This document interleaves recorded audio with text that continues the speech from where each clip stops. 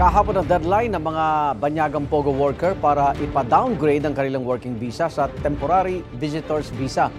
Ngayon, pinapasara na ang lahat ng POGO sa bansa. At kaugnay niya, mapanayin natin si Dana Sandoval, tagapagsalita ng Bureau of Immigration. Dana, good morning. Good morning. Magandang umaga po, Igan. Kahapon sabi niyo, 12,000 na dayuhan na ang nagpa-downgrade ng visa. Ito ba'y madadagdagan pa? Mukhang madadagdagan pa po ito, Igan. Siguro papalo ito sa mga 13,000 or more. In the next few days, we will be closing the tally po. Pati yung mga umalis na ng bansa, kasama po yan sa mga binibilang natin. Yung umalis na po and no plans of returning to the Philippines. Ano ba ibig sabihin ng pag-downgrade ng kanilang visa? Pag-downgrade po, essentially parang sinusuko na nila yung kanilang working visa. They are reverting to the basic visa, which is the temporary visitors visa. Opo. With the temporary visitors visa po, they are given 59 days para i-wind down yung affairs nila. Magligpit-ligpit na po dito, magpaalam na po sa jowa, yun yung lagi kong sinasabi, mag-book ng flight, palabas po ng bansa within that 59-day period. But that 59-day period is not a pass for them to go on a vacation or continue working in their companies. It's really for winding down and leaving the country. Paano kung imbis na magpa-downgrade ng visa, yun, nagtago na lang, illegal nagtatrabaho sa ibang kumpanya, mamamonitor pa rin to ng BI? Yes, Igan, liable din yung mga kumpanya dyan kapag sila po ay hindi nagpa-downgrade kasi it's the company who is responsible for that dahil yan po ang petitioner ng kanilang visa.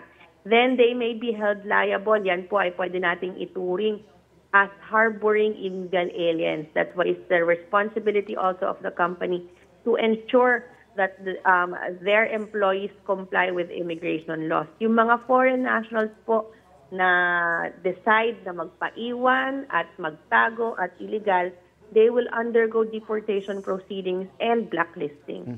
Dana, may impormasyon ng PAOK na yung mga galing sa malalaking POGO, nagtayo na ng sariling POGO hub na maliliit at yung iba, Pilipino pa raw ang operator. Yes, yan nga po ang worry natin, kasi nung nagsara po ito, maraming nag-underground, mukhang may mga nag-underground, gustong ilipat ang operations nila. And sa kasamaang palad po, yung ibang kababayan natin has been using this opportunity to gain.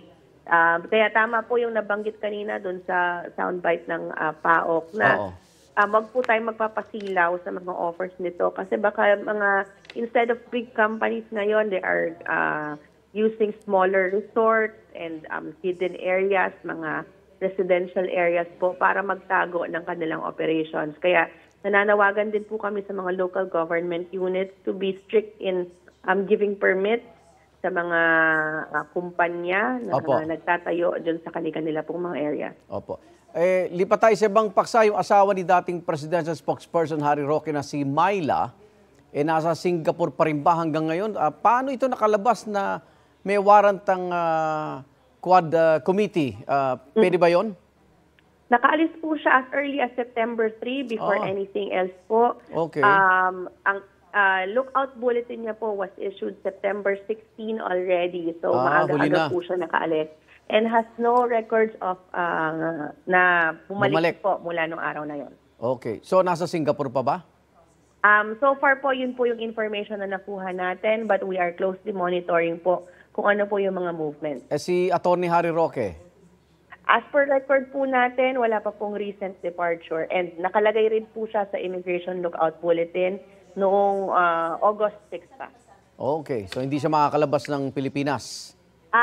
Kung wala pong siyang whole departure order, wala pong warrant of arrest, then he may leave the country.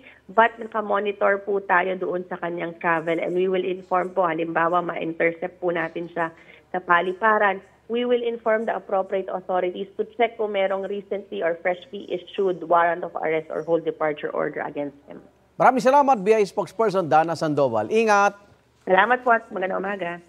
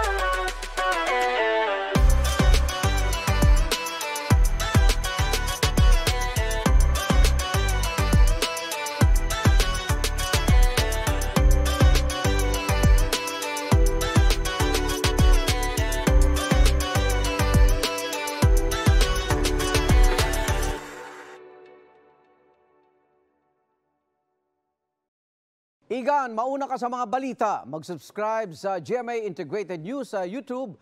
Sa mga kapuso abroad, subaybayan nyo kami sa GMA Pinoy TV at sa www.gmanews.tv.